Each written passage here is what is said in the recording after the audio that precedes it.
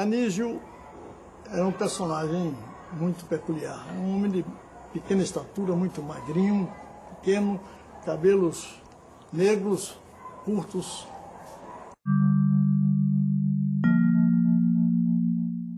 Que há homens que são, quando são assim inteligentes e se projetam, ficam muito vaidosos, né? Já meu pai era o contrário, se ele passasse ali, ninguém sabia. Agora, quando ele abria a boca, todo mundo percebia que era alguém que tinha alguma coisa para dizer e para fazer você pensar. Ele tinha o pensamento e a ação vinculados, né? O que ele falava, ele fazia, né? Eu não tenho o menor amor físico pelas minhas ideias. De maneira que, a qualquer convencimento de novas ideias, eu vou para o que me convencer novamente. Ora, isso é o símbolo de alguém que tinha a noção desse contínuo, que é o pensamento humano, que é a inteligência humana, que é a descoberta, que é a criatividade. E com uma generosidade que eu acho incrível, né? Que era um traço da personalidade dele, porque lutar por essa coisa da escola pública, né? Universal, gratuita, de qualidade para todo o brasileiro, ele não pensava numa elite intelectual, ele pensava no povo. É o primeiro grande revolucionário que eu conheci na minha vida.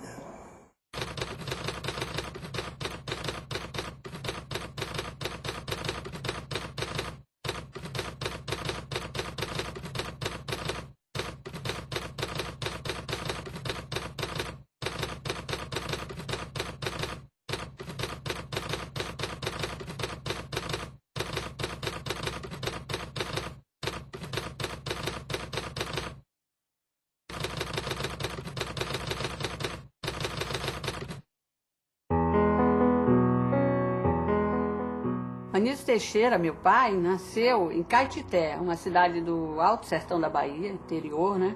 Fica a 800 quilômetros de Salvador, e nasceu no dia 12 de julho de 1900.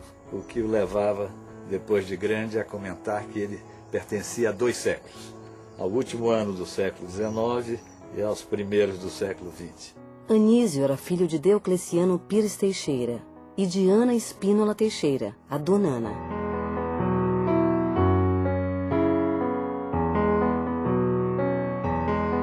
Deocleciano foi médico, fazendeiro e político.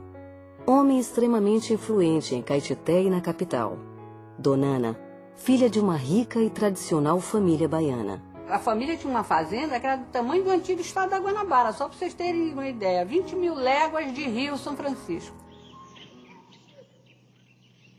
Nesta época, Caetité era conhecida como a Corte do Sertão. Caetité teve um significado para a Bahia, talvez como Ouro Preto teve para Minas Gerais, guardadas devidas proporções. Caetité era sede de bispado, Caetité tinha colégio jesuíta.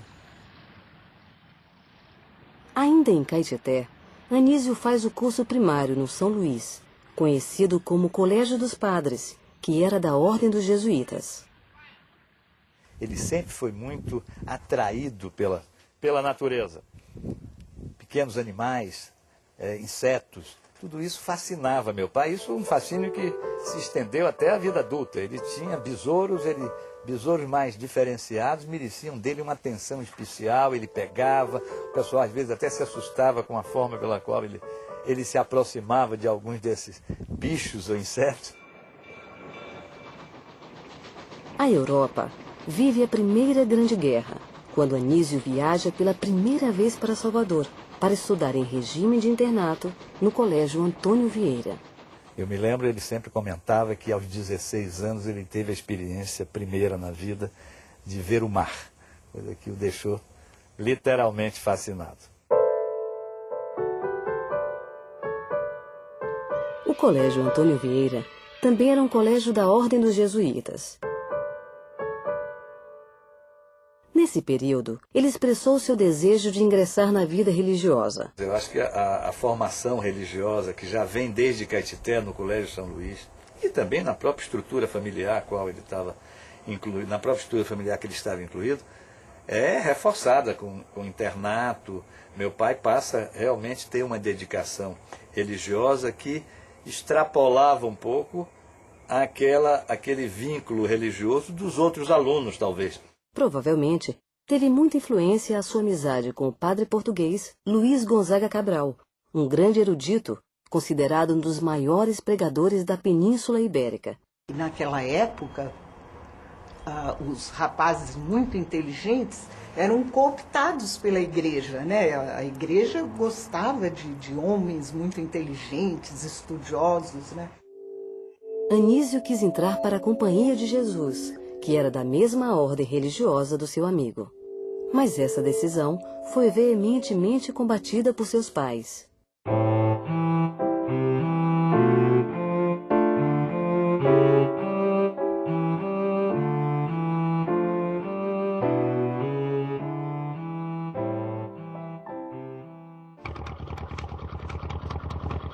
O desejo de seu pai, Diocleciano, era que ele seguisse carreira política, e assim o convence a estudar Direito no Rio de Janeiro, onde ele se forma em 1922. De volta à Bahia, é convidado pelo então governador Góes Calmon para o cargo de Inspetor-Geral de Ensino do Estado, cargo equivalente hoje a secretário de Educação. É através desse convite que a educação entra na sua vida para nunca mais sair.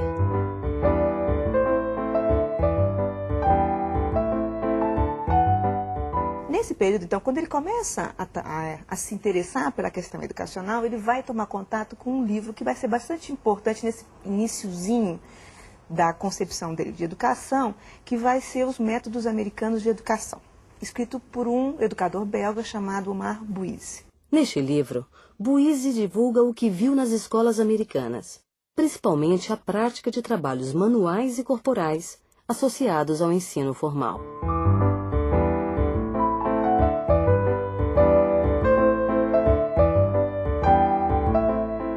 O impacto da leitura do Omar Bouise é tão grande para o Anísio Teixeira que ele vai mandar traduzir o livro.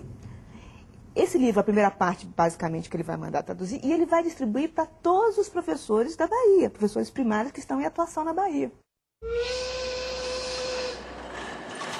Neste momento, o Brasil está vivendo grandes transformações econômicas e políticas. As primeiras indústrias despontando no país. A coluna Prestes lutando por um novo modelo republicano. E na Bahia, Anísio traçando novas diretrizes para o ensino público.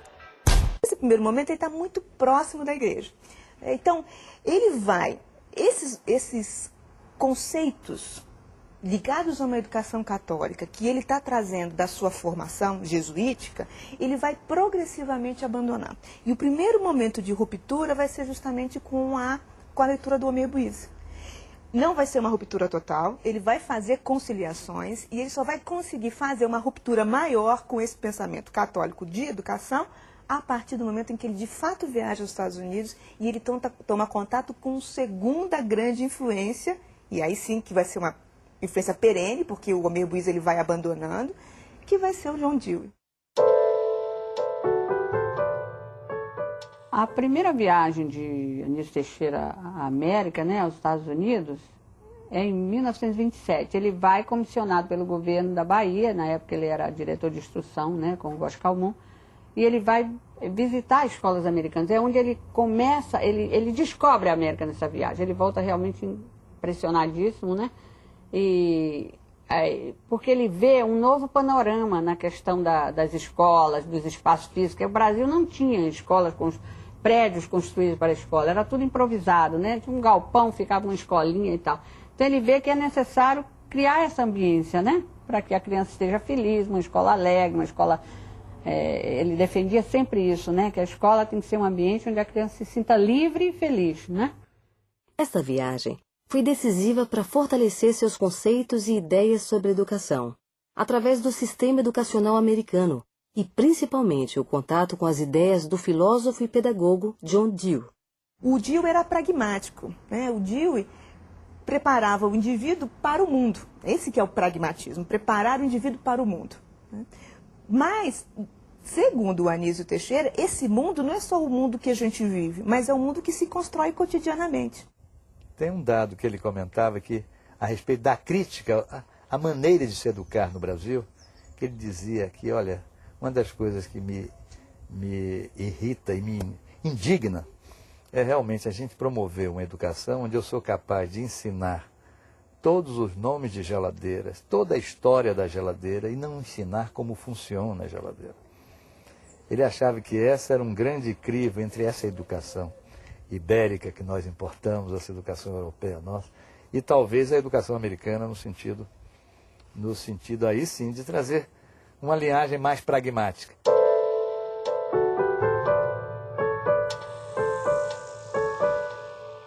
Em uma carta escrita ao pai, ainda no navio que o traz de volta à Bahia, fica definida a sua escolha da educação como profissão.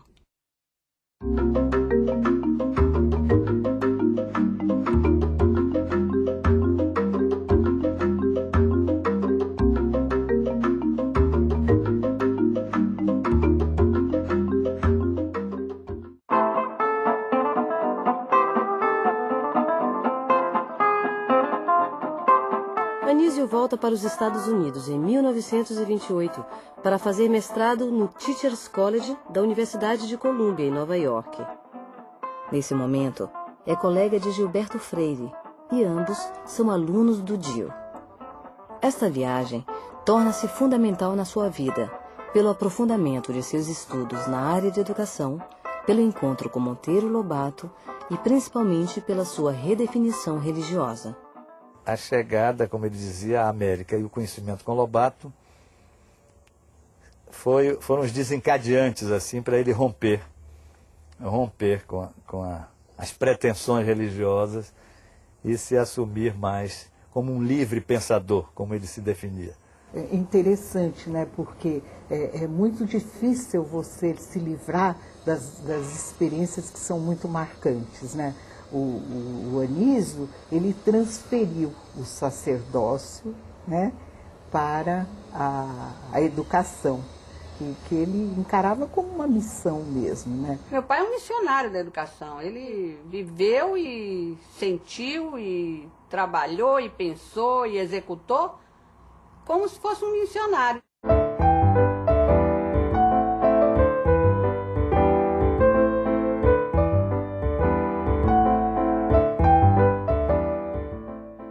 Quando ele retorna à Bahia em 1929, pleno de novas ideias, não consegue entrar em acordo com o novo governador Vital Henrique Soares. Demite-se então do cargo de inspetor-geral de ensino e começa a lecionar filosofia e história na Escola Normal de Salvador.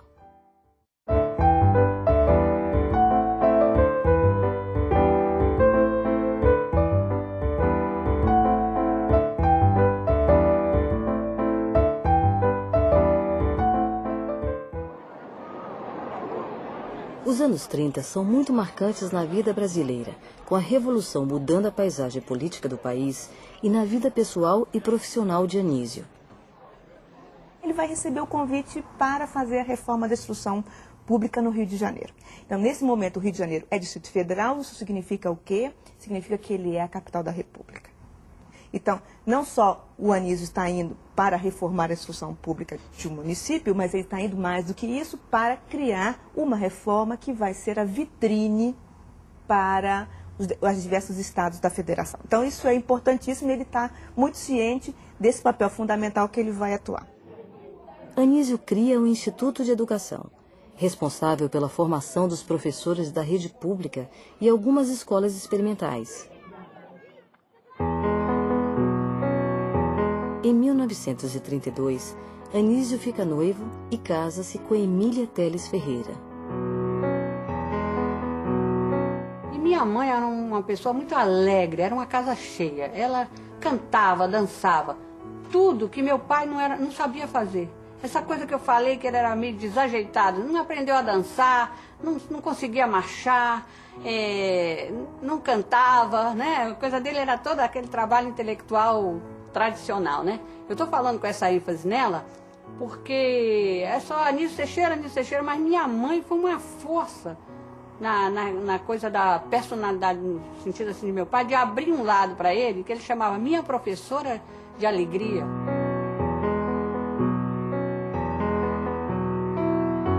Mamãe eu acho, extremamente cordato e dócil na administração das suas vontades, dos seus desejos. Achava um total cavalheiro. E ele era realmente romântico, era de mandar flores, de fazer dedicatórias que ficaram antológicas na família e ficaram sendo reproduzidas por outros. Da Revolução Constitucionalista de 1932, acontece o Manifesto dos Pioneiros da Escola Nova. Este manifesto foi escrito por Fernando de Azevedo e Anísio é um dos signatários. O que fundamentalmente tem no manifesto da Escola Nova? O manifesto de 32 é o Manifesto dos Pioneiros. Tem a defesa de uma escola pública, laica e obrigatória. Pública no sentido de que ela é dever do Estado e direito do cidadão. Laica no sentido de que, como ela é uma iniciativa do Estado, ela não está presa a nenhuma religião especificamente, né? E obrigatória porque essa é uma disputa que a gente tem desde o século XIX, que é como fazer com que a escola possa atingir todo e cada um dos cidadãos. Então, que ela seja obrigatória mesmo, para que todas as crianças possam chegar à escola, possam ser alfabetizadas e possam passar por uma escola. Este manifesto vai gerar uma grande disputa entre os educadores pioneiros e os educadores católicos pelo poder de definir os rumos da educação brasileira. O Anísio vai estar nesse jogo de disputas porque ele vai estar assumindo posições importantes. Ele é o diretor da instrução pública da capital da República. A Constituição brasileira de 34, ela vai dizer que o ensino deve ser feito, o ensino religioso deve ser feito nas escolas. Então, o governo, a administração da Diretoria de Instrução Pública do Distrito Federal, Anísio Teixeira, vai demorar a implementar isso porque era contra as convicções dele. A década de 30, mas particularmente os anos 34, 35, são momentos de grande tensão, em que isso está tentando se definir qual que vai ser esse modelo de educação que vai ser implantado no país. Em 1935, a realização do seu projeto até então mais ambicioso, a criação da Universidade do Distrito Federal, a UDF. A proposta é uma universidade que faça pesquisa, que investigue a realidade, por isso gerando tanta polêmica. No seu corpo docente, uma verdadeira constelação de estrelas. A UDF também vai ter uma vida bastante curta e ela vai ser abortada também pelo projeto autoritário do governo do Vargas, né? Quando as competições políticas ameaçam degenerar... O governo Getúlio vive a caça aos comunistas, um período de grande turbulência no país. Anísio é acusado de ser comunista e sofre grande pressão. Percebendo a gravidade da situação, entrega em dezembro de 1935 a sua carta de demissão. Meu pai era visto como um dos ideólogos da Aliança Libertadora Nacional. Situação que, na verdade, nunca existiu.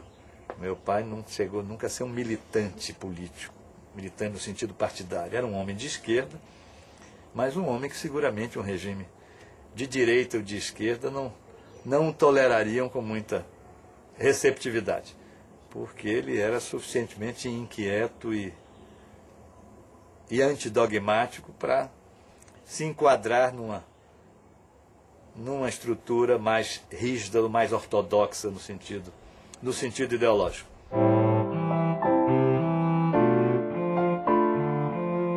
Anísio corre o risco de ser preso, e sua única opção é refugiar-se na sua terra natal. No exílio na Bahia, quando ele ficou clandestino na Bahia, ele ficou dedicado a traduções. A única atividade que ele tinha era traduções, afora essas, eram caçadas e cavalgadas, porque ele andou nesse período escondendo-se em fazendas no interior da Bahia.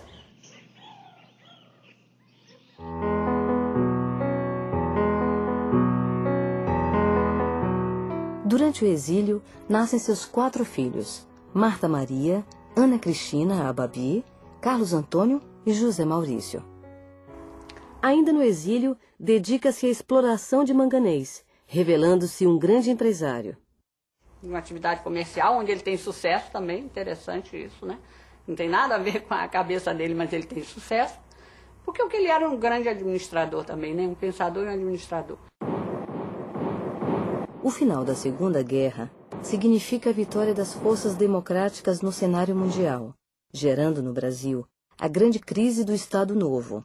Getúlio renuncia em 1945 e o país volta ao regime democrático. Otávio Mangabeira, que também tinha sido exilado, é eleito governador da Bahia e então faz um convite a Anísio, assumir a Secretaria de Educação e Saúde do Estado da Bahia. São 4 anos riquíssimos, né, nessa experiência educacional dele, e é quando ele consegue fazer o projeto da sua vida, né? Fazer uma escola pública, universal, gratuita, laica, de qualidade, igual a uma escola para ricos, e era uma escola para todos, né? Em 21 de setembro de 1950, é inaugurado no bairro da Liberdade, em Salvador, o Centro Educacional Carneiro e Ribeiro, conhecido como Escola Parque. Este centro traz em sua gênese a proposta então revolucionária de educação integral em tempo integral, voltada para as populações mais carentes.